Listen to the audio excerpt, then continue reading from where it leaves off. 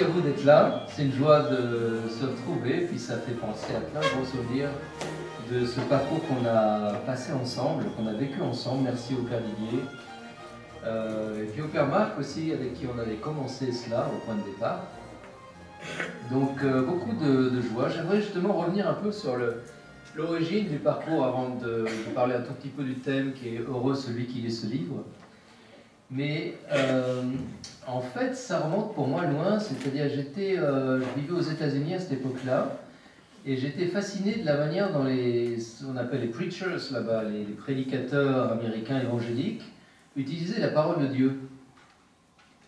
Une manière très concrète qui éclaire la vie de tous les jours, puis ils ont toujours la Bible à la main, ils ont un rapport à la parole qui est charnel, enfin, on sent que pour eux c'est vraiment la parole.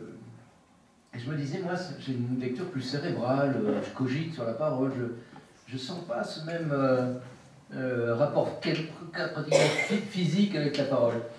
Et puis du coup ça a transformé ma lecture, je me suis dit mais je vais essayer de... Déjà, en les lisant, je me suis dit, mais ils connaissent la Bible sur le bout des doigts.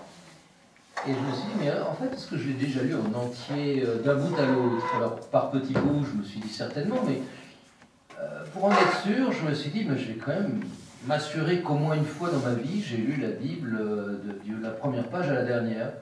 Alors, je me suis mis à relire ou à lire pour la première fois, je ne sais pas trop, la Bible en entier. Et du coup, j'étais fasciné, j'étais toujours avec la Bible. Ça m'a vraiment pris.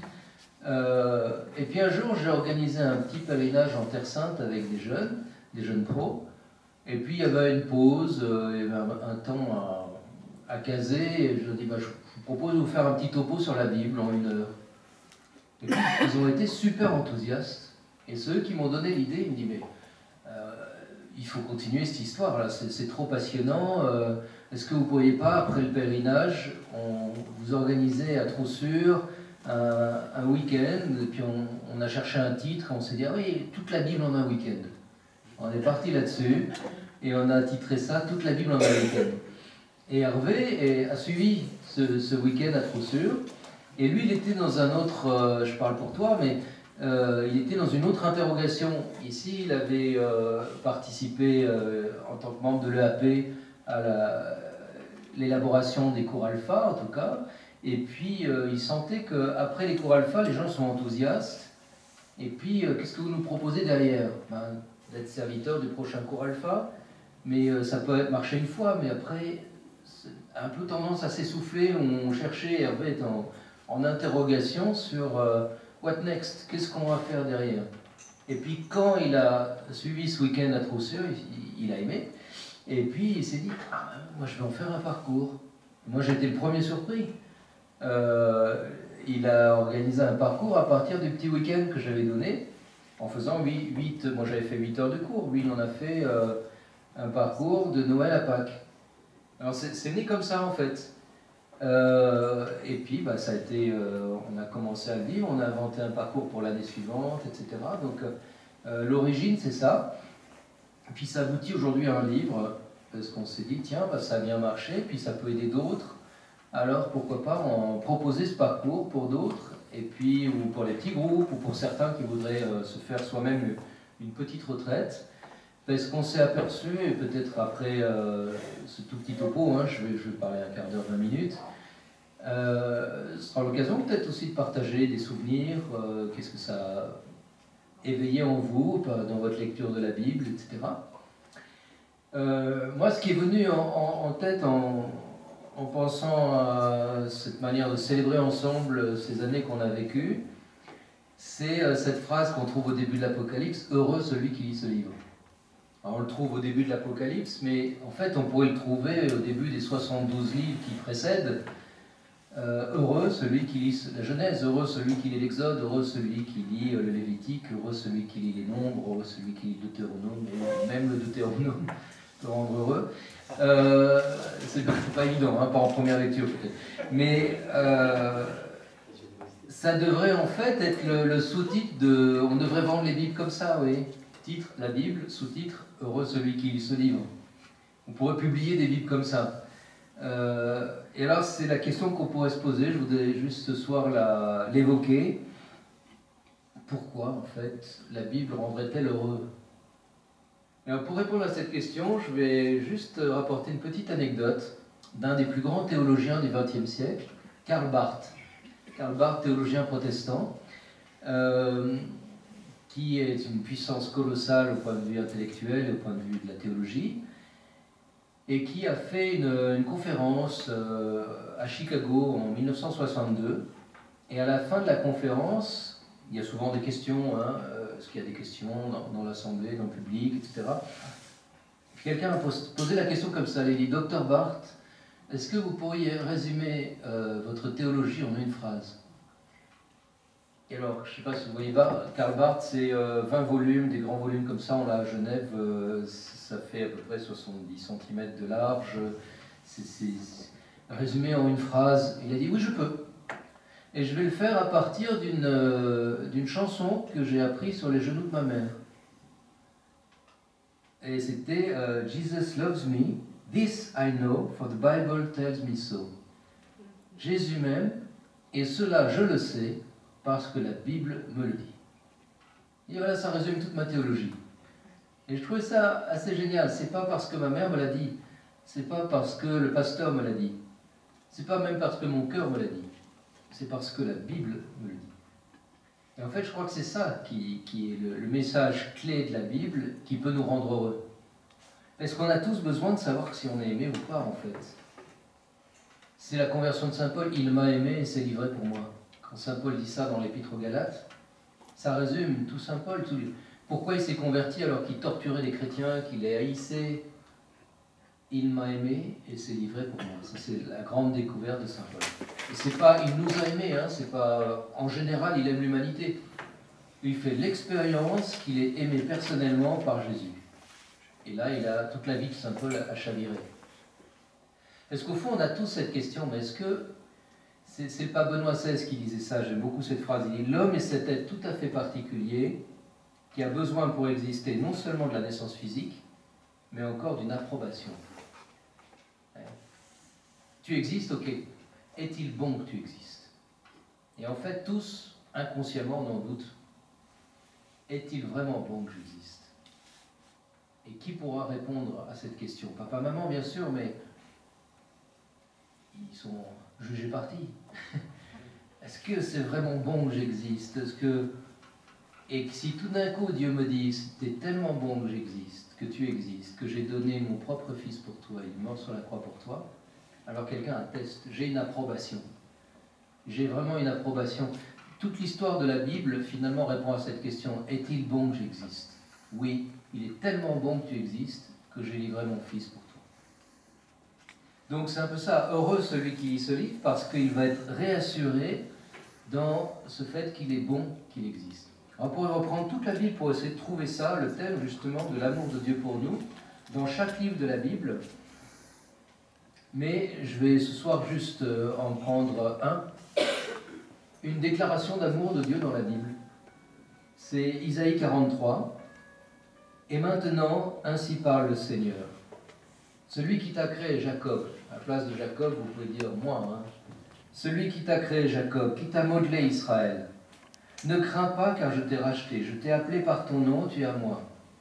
Si tu traverses les eaux, je serai avec toi, et les rivières, elles ne te submergeront pas. Si tu passes par le feu, tu ne souffriras pas, et la flamme ne te brûlera pas. Car je suis le Seigneur ton Dieu, le Saint d'Israël ton Sauveur. Pour ta rançon, j'ai donné l'Égypte, Couche et Séba à ta place. Et c'est la dernière phrase qui est la plus forte, le punchline. Car tu comptes beaucoup à mes yeux, tu as du prix et je t'aime. Par contre, on n'a pas beaucoup de temps, je ne commenterai pas le début, c'est très beau déjà.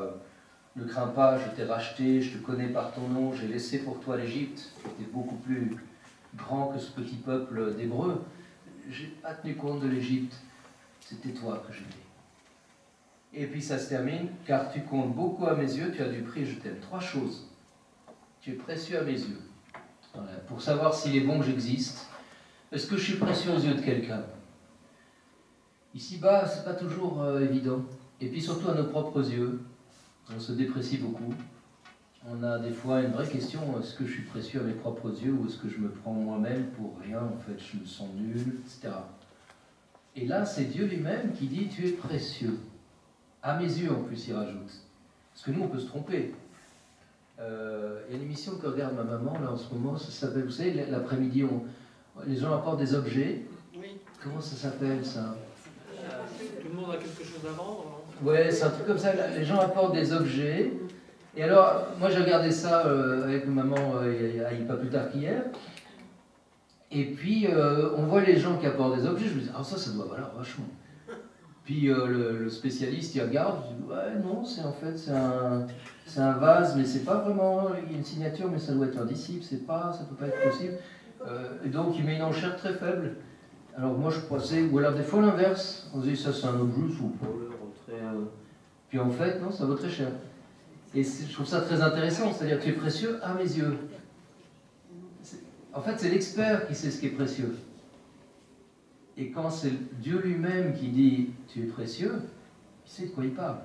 C'est le joaillier. Vous pensez que ça c'est précieux, mais l'autre va vous dire mais c'est du verre taillé. Et puis ça, vous pensez que c'est du verre taillé, puis il va dire non, c'est une émeraude de grand prix. Mais c'est le Seigneur en fait, c'est le joaillier qui sait ce qui a de la valeur. Et donc quand Dieu lui-même dit tu es précieux à mes yeux, c'est-à-dire je sais de quoi je parle. Même toi si tu te sens nul, moi je te dis tu es précieux. Alors peut-être qu'on a un autre regard de nous-mêmes sur nous-mêmes, mais la Bible m'aide à entrer dans le regard de Dieu. C'est Dieu lui-même qui me dit que je suis précieux, donc je m'appuie sur ça, amen, je mets ma foi là-dessus. Alors pourquoi on est précieux? En plus, la Bible me dit qu'on a été tiré de la glaise. Hein. Adama en hébreu, ça veut dire la terre rouge même. C'est le glébeux. Chouraki traduit Adam, il dit le glébeux. C'est pas très joli quand même. On n'est pas tiré d'une mine de diamants, hein. On est plutôt des glébeux. Alors pourquoi il nous dit qu'on est riche? Parce qu'il y a une valeur ajoutée. Vous savez, il y a des choses qui sont... il y a une signature, voilà, ce vase, il est signé un tel. Donc là, il y a une valeur ajoutée. Ça sera un vase minable s'il n'y avait pas cette signature. Ou s'il n'y avait pas eu tant de travail pour aboutir à ça. Ben, c'est un peu ça en fait notre vie. La valeur ajoutée, c'est que Jésus est mort pour nous. Tu as du prix à mes yeux, parce que tu as une valeur infinie, mon fils est mort pour toi. Donc à ce moment-là, chacun peut se dire en face de Dieu, oui vraiment, je suis précieux. Je suis précieux aux yeux de Dieu. Et ça c'est très beau. Il y a un passage pour comprendre la valeur ajoutée d'un produit, c'est au moment où Jacob distribue ses terres, son héritage. Vous savez, il a 12 fils, puis surtout il y a Joseph qui a sauvé toute la famille. Hein. Il était en Égypte, il est devenu ministre des Finances en Égypte, il a pu faire qu'ils échappent à la famine. Ils ont tous été sauvés par Joseph. Et à un moment, Jacob distribue l'héritage, et on se dit, mais qu'est-ce qu'il va donner à Joseph? Et il dit ceci, je te donne Sichem, une part de plus qu'à tes frères, que j'ai enlevé aux Amorites par l'épée et par l'arc. Pourquoi cette terre elle vaut plus cher? Parce qu'il s'est battu pour l'avoir. Il a enlevé cette terre aux Amorites par l'épée et par l'arc. Donc à ses yeux, pour Joseph, cette terre, c'est ce qui est plus cher à ses yeux. Eh bien, chacun d'entre nous, le Père nous regarde en nous disant, j'ai livré mon fils pour toi. Tu es une terre précieuse pour moi. Parce que si tu es là aujourd'hui, c'est parce que je t'ai acheté très cher. Et donc, là, tu es précieux à mes yeux. Ensuite, on a un deuxième mot. C'est très difficile à traduire. Tu es précieux, tu es honorable. On pourrait traduire comme ça. En hébreu, c'est kavad. Ça veut dire c'est lourd. Tu es lourd. Alors, je ne traduirais pas comme ça, mais tu es précieux. Tu es lourd quand même. Non, en fait, c'est lourd, mais du poids de la gloire. On pourrait traduire kavad par la gloire. Tu es glorieux. Tu es noble. On pourrait peut-être traduire comme ça. Tu es précieux, tu es noble à mes yeux. Qu'est-ce que ça veut dire? Qu'est-ce qui fait la noblesse de quelqu'un ici-bas? Souvent, c'est la naissance. Il y a des gens, ils sont nés avec un titre de noblesse. Bon, ok. On n'a peut-être pas tous du sang bleu dans les veines. En revanche, on est de race divine quand même. On peut tous dire, moi, mon père, c'est Dieu. Je suis enfant de Dieu. Donc j'ai une noblesse du fait de la grâce, du fait de ma naissance verticale, du fait de ma naissance divine quelque part. J'ai une noblesse qui est intrinsèque. Oui, je suis noble. Je suis glorieux parce que je suis enfant de roi, du roi des rois. Souvent, la marque de noblesse, elle vient donc de la naissance, elle vient aussi parfois du travail qu'on fait, surtout en France. Il y a des pays où on s'en fiche un peu, c'est combien on gagne qui compte. En France, on est un peu dans des classes. Ouais, tu fais quel métier, toi? Mais en fait, on est tous, nous, au service du royaume. On est des serviteurs de la vigne du Seigneur. Donc, notre raison d'être sur terre, c'est de travailler au royaume. Donc, on a tous le travail le plus digne qui soit.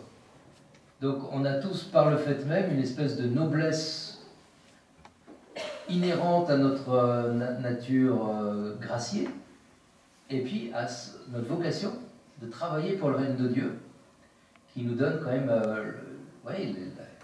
une raison d'être et une noblesse incroyable. Des fois aussi, la noblesse et les relations.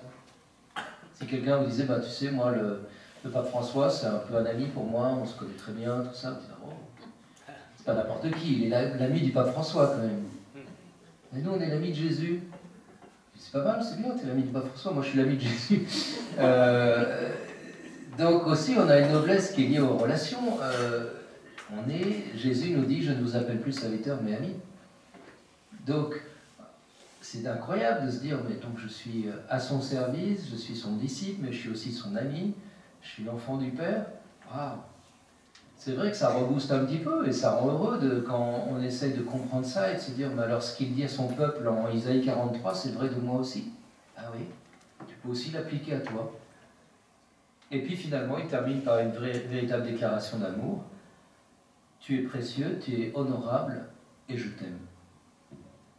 Dieu dit vraiment à son peuple, et je t'aime. Et ça veut dire je t'ai aimé de toujours à toujours, parce que Dieu est éternel, donc il n'y a pas un moment où il commence. De toujours à toujours, je te connais, je t'aime. Donc ça, c'est extraordinaire. Et puis ça ne changera pas en plus.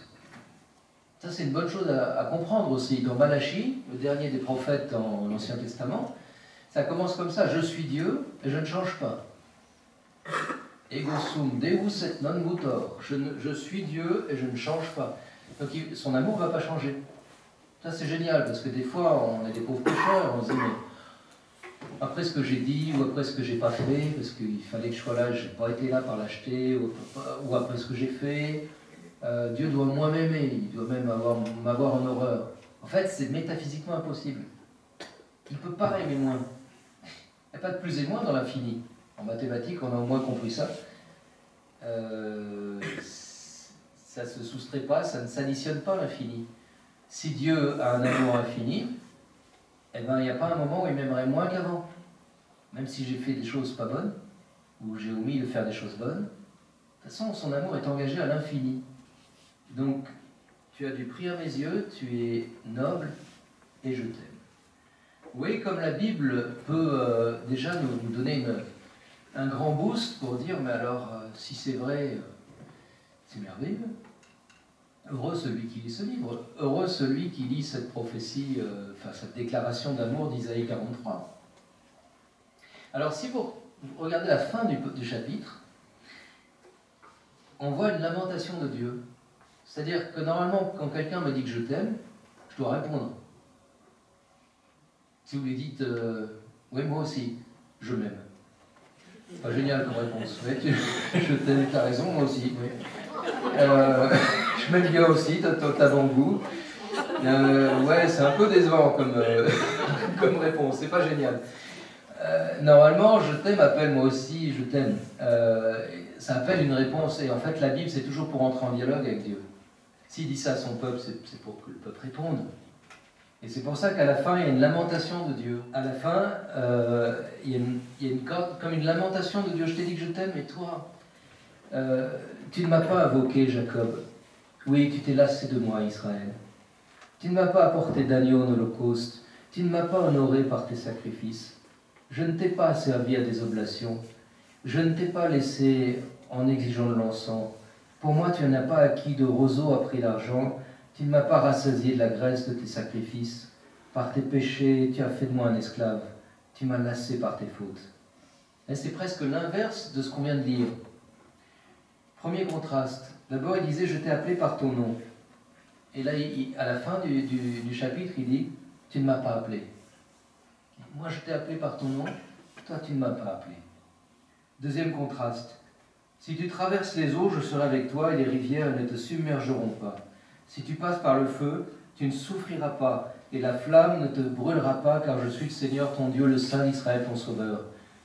Et à la fin, il dit, tu t'es lassé de moi, Israël. Moi, j'ai fait tout ça pour toi, toi, tu t'es lassé de moi. Troisième contraste. Pour ta rançon, j'ai laissé l'Égypte, couche et Séba à ta place. Et le verset 23 dit, tu ne m'as pas apporté d'agneau en holocauste, tu ne m'as pas honoré par tes sacrifices. Et puis, dernier contraste, où on disait justement cette phrase sur laquelle on a médité, car tu comptes beaucoup à mes yeux, tu as du prix et je t'aime, qui s'oppose ici à, mais par tes péchés, tu as fait de moi un esclave, tu m'as lassé par tes fautes. Ah oui, au fond, le Seigneur dit, mais quand est-ce que tu vas répondre à mon amour? Et donc la Bible devient pour moi un dialogue avec Dieu. Il me parle, c'est pour que je réponde. Il y a un beau livre de Claudel comme ça, qui a essayé de traduire les psaumes à sa manière. Et le sous-titre, c'est Claudel répond les psaumes. Et il dit dans sa préface, oui, oui, c'est français, d'après Littré, on peut dire ça. Répondre l'écriture. C'est bizarre, on répond à quelqu'un. Non, non, il dit, dans le Littré, c'est possible, en vieux français. Claudel répond les psaumes. Et il dit, en fait, parce que les psaumes nous sont donnés pour les redire à Dieu. Et la parole de Dieu m'est donnée pour que je la lui renvoie. Et c'est pour ça que c'est merveilleux, là. Si vous dites, mais au fond, si vous faites tout de suite, vous pouvez en faire une prière. Dieu vous dit, tu as du prix à mes yeux, tu es honorable et je t'aime. Vous pouvez lui retourner le compliment. Le Seigneur, toi aussi, tu as du prix à mes yeux, toi aussi, tu es honorable ô combien et je t'aime. Donc à ce moment-là, en fait, l'écriture devient pour vous une manière de parler à Dieu avec ses propres mots. Vous lui renvoyez, en fait, sa propre parole. Elle fait écho. Et vous pouvez aussi, et je terminerai sur ça, en faire une parole fraternelle. Si au fond, en se rencontrant les uns les autres, c'est ça que nous nous disons. Tu as du prix à mes yeux. Je te respecte profondément, tu es honorable. Et je t'aime. Ben, au fond, là, on vit de la charité fraternelle, on vit de la fraternité entre nous. Donc vous voyez à ce moment-là que la Bible vous dit des choses pour les renvoyer à Dieu et pour en vivre fraternellement. Voilà. Eh bien, heureux celui qui lit ce livre. Merci.